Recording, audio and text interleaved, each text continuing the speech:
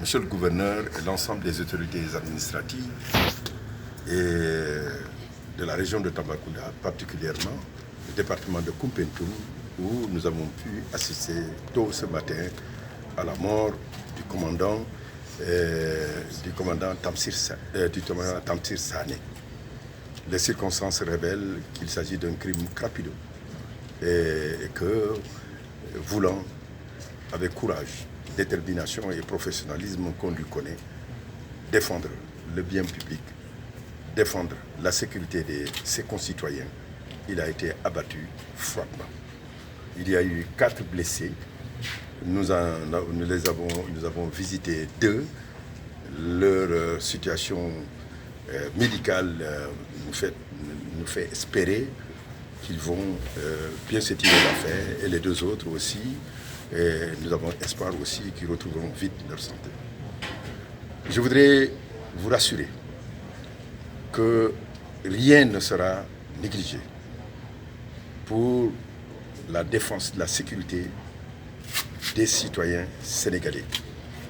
Avant-hier, j'étais à Saraya, où j'ai inauguré la gendarmerie de ce vaste département de la région de Kédougou. C'est pour répondre aux besoins de sécurité des populations, tels que définis et voulus par le président de la République, Macky Sall, et qui est mise en œuvre sur le terrain par les forces de défense et de sécurité. Je voudrais les féliciter, je voudrais les encourager, et je voudrais leur dire mon soutien et le soutien de la hiérarchie militaire, du chef d'état-major général des armées et du haut commandant de la gendarmerie nationale et directeur de la justice militaire, lesquels aussi leur présentent leurs condoléances et en même temps aussi les félicitent pour le travail qu'ils font. Je voudrais rassurer les populations que depuis 60 jours, cette opération de sécurisation sur l'ensemble du territoire national est en cours. Rien de les démotiver. Ils seront debout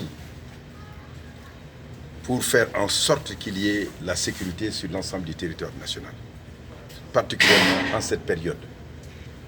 Et je voudrais encore les rassurer que ceux qui ont commis ce crime ne se restera pas impuni. Ils seront recherchés, ils seront arrêtés, punis conformément aux lois de la République. Nous avons conscience, comme il s'agit de la sécurité, elle est assurée par les forces de défense et de sécurité, bien évidemment, mais aussi les populations, qui doivent aussi, dans le cadre du renseignement, ne pas laisser les malfaiteurs être parmi eux et les laisser continuer à perpétrer leurs crimes. Les dispositions, en tout cas, sont prises. Nous avons bon espoir qu'ils seront bientôt arrêtés.